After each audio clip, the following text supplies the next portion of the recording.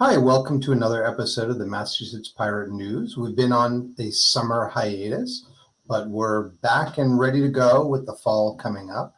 I'm joined today by Quartermaster Joe and First Officer Steve. How are the two of you doing?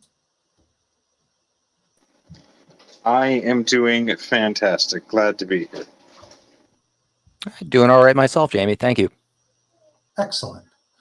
So we have two events coming up.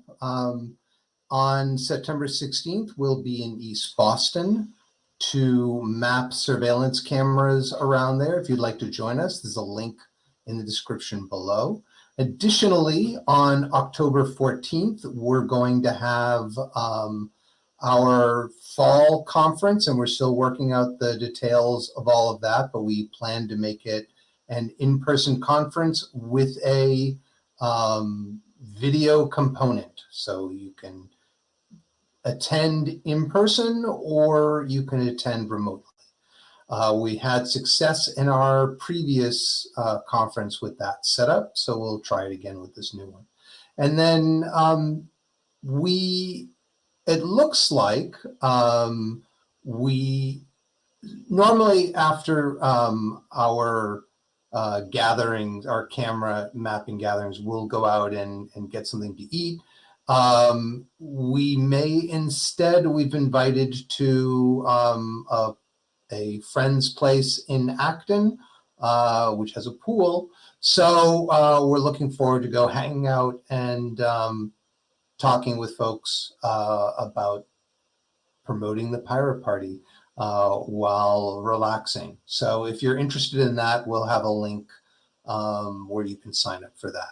So with that, we have an additional bit of news, which is one of the things that we do is we attempt to help recycle, repurpose electronics. And recently we got a set of computers via, thankfully, someone at MIT, and they had a bunch of computers that they were going to throw away. And so they've given them to us, and we will find a new home for them for people who need them. But Joe, you've gotten another set of computers, and where have they gone? Yes, we were given them by one of our illustrious members by the name of Norm, really great guy. And we got 2 laptops and a desktop and some other spare parts. The desktop went to a family with some small children to help with their education. I apologize. I have my kids in the background, multitasking. So then one of the laptops went to a gentleman who is working on getting his GED. And so that will help him with his education. And then the other one is going to a gentleman working on getting his HVAC licensing. So all going to be going to students of different levels. So that being said, it's all going for good cause. Thanks, Joe. And then I have about 6 or 7 desktop computers as well with keyboards, monitor. If you know of someone who needs an old computer because they don't have access to one, or a nonprofit, your homeless shelter, whatever, and they need it, please send us an email, info@masspirates.org, and we will meet up with and get them the computers that we don't need but need to go to a better home. And we'll put a link in the description to, if folks have additional computers they want to donate, how they can do that. So we have 2 stories coming up now. Steve, why don't you tell us about the latest one, which is biometrically involved? Oh yeah, so this story comes to us from my favorite British tech blog, The Register. And it has to do with the social media site formerly known as Twitter. So Twitter is updating their privacy and usage policies to reflect some changes in the set of information that they are, giving themselves latitude to collect. So, starting in September, Twitter will be able to collect biometric data. So the claim from Twitter's claim that this is being done to help them fight impersonation because, well, they've kind of had some problems with that.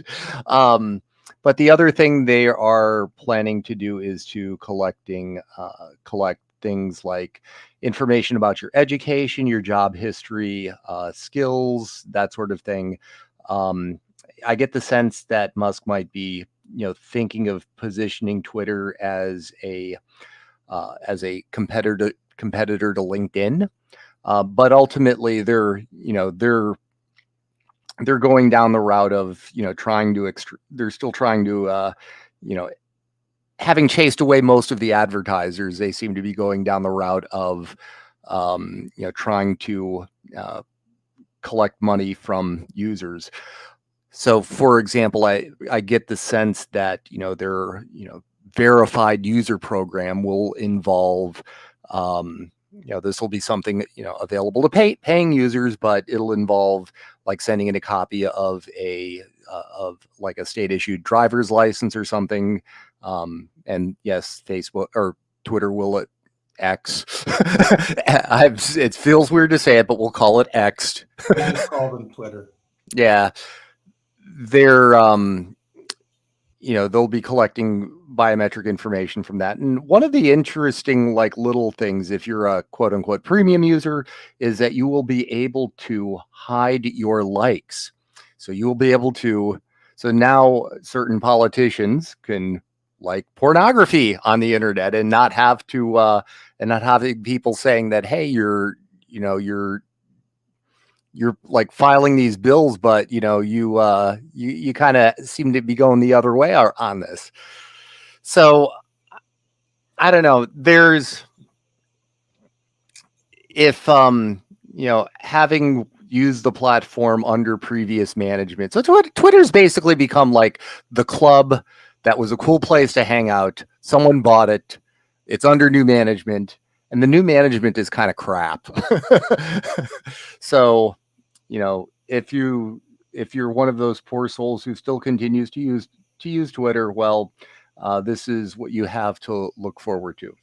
So, Joe, what do you got? Well, my question is, so they're taking your data, they're using your data, they're making money off your data, but they expect you to pay for that privilege? Like, wait, what? Yes. Well, theoretically, they give you additional features such as much longer tweets, or I don't know. I don't have it. The So. additional feature of generating more content for their platform? Wait, what? Well, one of the interesting things that Twitter rolled out in past weeks, months, was user throttling. So basically, if you were on a free tier, you were limited to how much stuff you could look at during a day. And it turns out that, well, for organizations like, say the National Weather Service, they've been using social media to sort of collect information about severe weather events and that sort of things. Well, they basically had to stop doing that because it would have been, exceeding their quota. So, Yeah, I mean, the API, as far as I've been able to ascertain, is horribly expensive and not reliable, which is just a recipe for it not to be used. yeah, I mean, well, the not reliable part has kind of been a thing ever since, a large portion of the tech staff at Twitter were sacked. Uh, I gotta, I'm sort of amazed that it has managed to do as well as it does. Having done sort of like operational stuff for large web properties, it's not a set it and forget it kind of thing. It's something that involves, actively watching what's going on and responding to things. But it means you need people to watch what's going on and kind of respond. Yeah, I know when this new biometric policy appeared, folks were like, "Oh, he's going to require this of everyone." And my gut feeling, and it's good to see it was proved out, was it's only for the people who are going to be paying, in a sense, who want to authenticate who they are, but still they've got to pay. So it strikes me that's an additional hoop you have to go through in order to potentially pay money. I don't know. I don't see, if someone is of a particular notoriety or they want to prove they are who they are, okay, that makes sense. But yeah. Or if you just want to pay a couple of bucks a month to pretend you're someone you're not, it works that way too. Hasn't that happened a whole bunch now? Well, you can't have Musk parody sites unless you say parody, which kind of misses the point of parody. But I guess it's transparent. So, Well, that being said, I got yes, one Joe, little what's your tidbit of story? yes, I got one little news for you coming out of Lowell. Apparently, there was a historic gun event where a gentleman from New Hampshire came lawful in every other way, but was in from New Hampshire carrying a gun into Massachusetts. We just had this court case August 25th, and um, with him not being a criminal, but just the fact that he had a gun, he got arrested, he fought it, and he won. So, kind of a landmark case. Sorry, with the babies in the background. But, yeah, essentially, no, this is just the Superior Court, so this is not, unless Massachusetts tries to fight this, it's not going to become like a grand spreading law. But the fact that one person has won this just means that there's now precedent that other people have a really strong case to win. And this is in light of the whole Bruin versus whoever in New York, where things. Sorry, that's my daughter making funny sounds in the background. Again, I'm multitasking with the babes and the. But the long story short, just this could lead to interesting places as far as gun laws go, and um, with the whole being licensed to carry. So he was licensed in New Hampshire In and New he was Hampshire, carrying it in a secured container or something? no, in New Hampshire, it's constitutional, what they call constitutional carry, meaning that if you are of age and you are not a criminal, um, if you're over the age of 21 for handguns and 18 for rifles, you're just allowed to carry for any reason. There's no, I think there's 26 states are just straight constitutional carry, New Hampshire being one of them. So, Well, we'll see if they choose to appeal this or if they just kind of not contest it and then hopefully, so if they they won't have want, another circumstance. yeah, I apologize for interrupting. I'm just No, you go, Joe. I was finishing.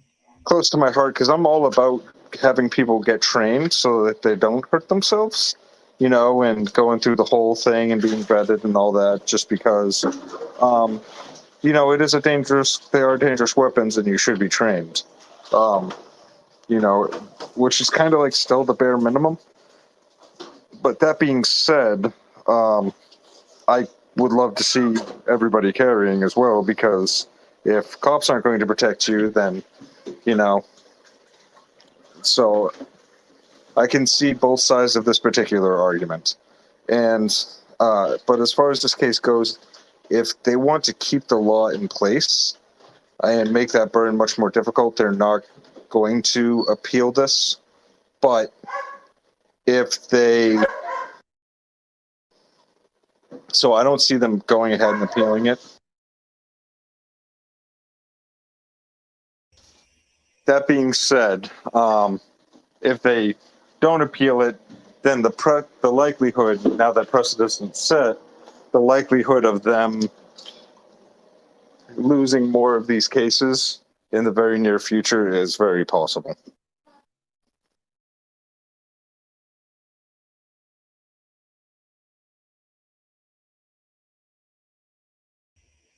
Well, thanks for that, Joe. And thanks to you folks for watching us. We hope you find these videos useful. If you'd like to help us, you can reach out at info@masspirates.org and send us an email, and we'll help you get you hooked in. We could certainly use help in making these more accessible, putting them available in other places, turning them into podcasts, and just producing them and participating. You can, of course, find us at masspirates.org, where we have our latest set of events or other things that we're going to be doing. And so, yeah, we look forward to seeing you joining us on September 16th in East Boston for the camera mapping event. We're looking to run candidates. If you'd like to throw your hat in the ring, or you have experience in running and you'd like to teach others, you can check out masspirates.org, and there's a link in there, or just email us, info@masspirates.org. And so, thank you, Joe. Thank you, Steve. We hope you all have a wonderful rest of the soon-to-be Labor Day, and warm week that is coming up. Oh, Joe, what? Go, And Joe. yeah, and I just wanted to say, if you are going to be drinking and celebrating, please make sure you get a designated driver. Be safe out there and drink responsibly. Good advice. Thanks, folks, very much. Like, share, subscribe, all that other stuff. Take care.